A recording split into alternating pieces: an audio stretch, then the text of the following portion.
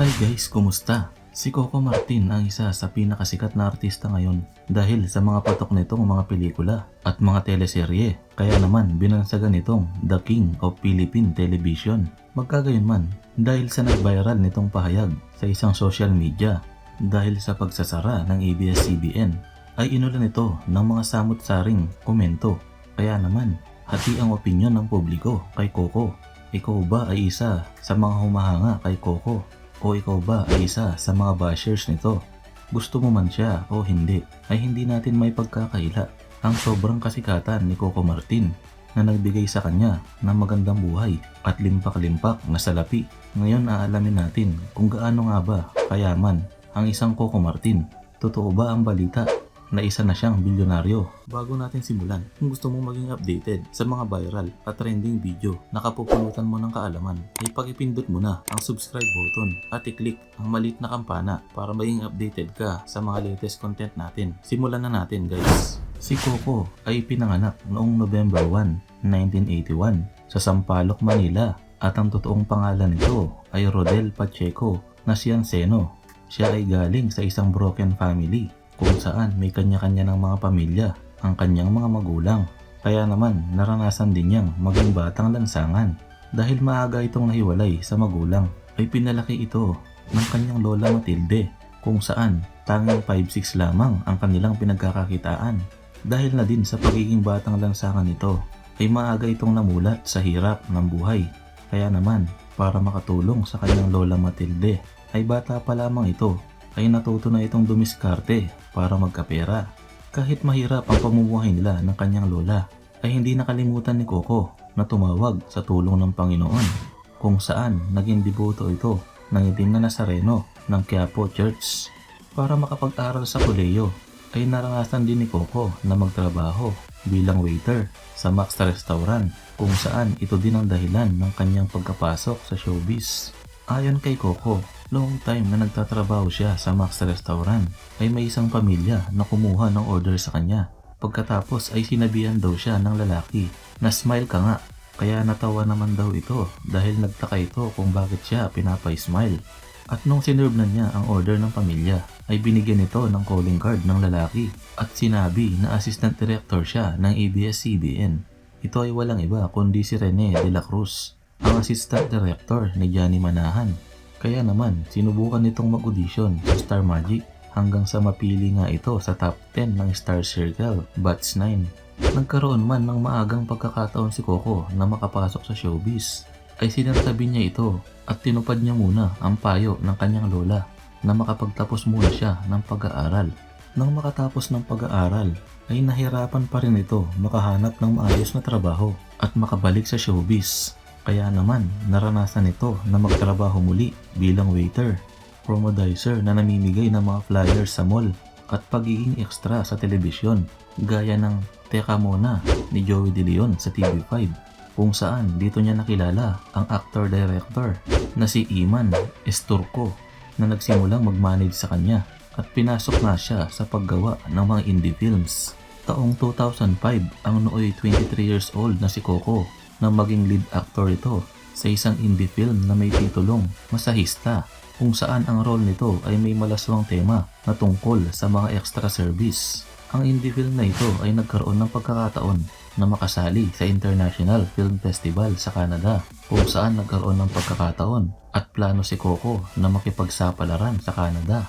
Dahil wala naman itong working visa at sapat na dokumento, naging TNT ito sa Canada at naranasan itong maging janitor at personal aid dahil hindi ito makakuha ng sapat na visa. Pagkatapos ng 9 na buwan na pagiging TNT nito sa Canada, ay napalitan din itong bumalik dito sa Pilipinas at nagpatuloy na lamang sa paggawa ng mga indie films gaya ng Tirador, Daybreak, Service, Hinatay at iba pa kung saan umani ito ng maraming parangal sa mga iba't ibang indie films na ginawa niya. Kaya naman binansagan itong Prince of Philippine Independent Films. Taong 2009 naman nang mabigyan ng break si Coco na makapasok sa mainstream television nang makuha niya ang papel na kontrabida sa teleseryeng Tayong Dalawa na pinagbibidahan ni Kim Chiu at Gerald Anderson. Dito ay nakitaan ng husay sa pag-arte si Coco na nagbigay sa kanya ng malaking break sa kanyang karir at nagsunod-sunod na ang kanyang mga proyekto sa telebisyon at mga pelikula. Bumida na ito sa mga top rating teleserye sa primetime gaya ng Walang Hanggan, Juan de la Cruz, Ikaw Lamang, at ang maglilimang taon na nitong teleserye na Ang Probinsyano.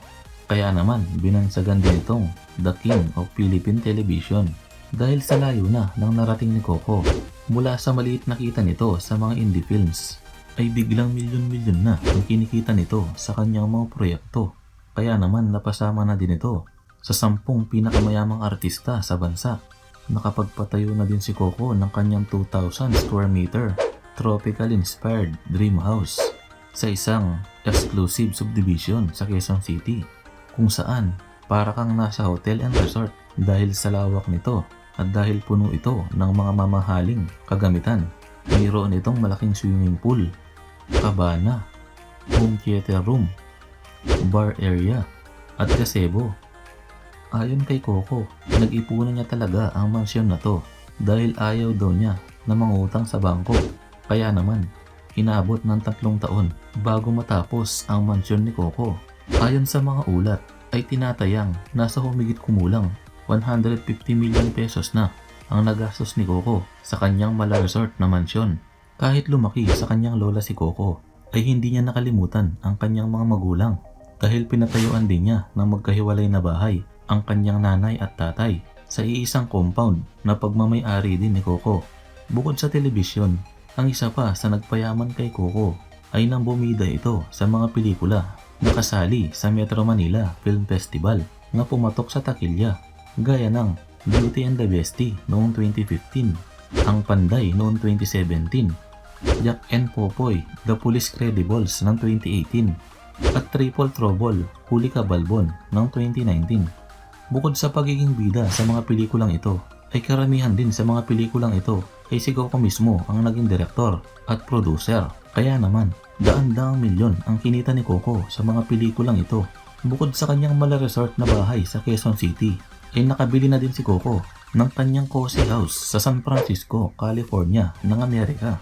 Bukod sa mga napundar nitong mga bahay, kilala din si Coco na mahilig mangolekta ng mga mamahaling motor at mga sasakyan na nakaparada pa sa kanyang mansyon sa Quezon City. Kabilang sa mga koleksyon ni Coco ay ang mga SUV nito, gaya ng limited edition Jeep Wrangler na mayroong Call of Duty theme design na pinalitan pa niya ng malalaki at maaangas na mugs at gulong. Ito ay nagkakahalaga ng 3.5 million pesos. Meron din siyang Toyota FJ Cruiser na customized na camouflage design at pinalitan din niya ng malalaking gulong. Ito naman ay nagkakahalaga ng 2.2 million pesos. Meron din siyang Toyota Land Cruiser. Ito ay isang 4x4 full-size SUV na nagkakahalaga naman ng 4.95 million pesos. Meron din siyang Mercedes-Benz Brabus G63. Isa ito sa pinakamahal na SUV sa mundo na may bilis na 240 km per hour at kaya niyang tumakbo ng 100 km sa loob lamang ng 4.1 na segundo. Ito ay nagkakahalaga ng 15 million pesos. Sa lahat ng sasakyan ni Coco ay ito ang gusto ko, Incas Sentry. Ang sasakyan na to ay gawa ng isang sikat na military defense provider para makapagbigay ng seguridad sa sino mang sasakay dito. Ito ay mayroong B7 level armor protection kung saan kahit paulanan ka ng bala ay hindi ito basta tatablan. Ito naman ay nagkakahalaga ng $350,000 o 17.5 million pesos. Bukod sa mga koleksyon na SUV, ay mayroon din itong mga koleksyon na sports car gaya ng top of the line Ford Mustang na ito na nagkakahalaga ng 3.7 million pesos. 6,000cc Dodge Challenger Hellcat na nagkakahalaga ng 6.3 to 7.8 million pesos. 1967 Shelby Mustang GT 500 Fastback. Ang limited edition Mustang na ito ay nagkakahalaga naman ng 11.3 million pesos. Madami din itong mga koleksyon ng mga mamahaling motor gaya ng Ducati Monster 797 na regalo sa kanya ni Anton Lagdamillo, ang asawa ni Don Solueta. Ito ay nagkakahalaga ng 800,000 pesos. Honda Rebel 500 Retro Cruiser na nagkakahalaga ng 380,000 pesos, Honda X ADB na nagkakahalaga ng 800,000 pesos, BMW R90 Pure na mabibili mo naman sa 1 milyon, at BMW R90 Racer na mabibili mo naman sa 1.1 million pesos.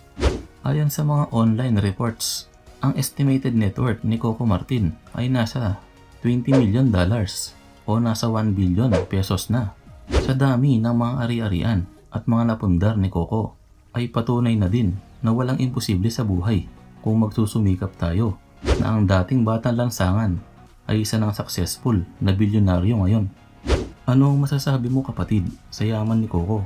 I-comment mo na sa baba. Bago natin tapusin, shoutout nga pala sa mga avid supporter natin. Maraming salamat sa suporta. Kung gusto mo maging updated sa mga viral and trending video na kapupulutan mo ng aral, ay click mo na ang subscribe button at pagpindot ang maliit na kampana. Maraming salamat. Hanggang sa muli.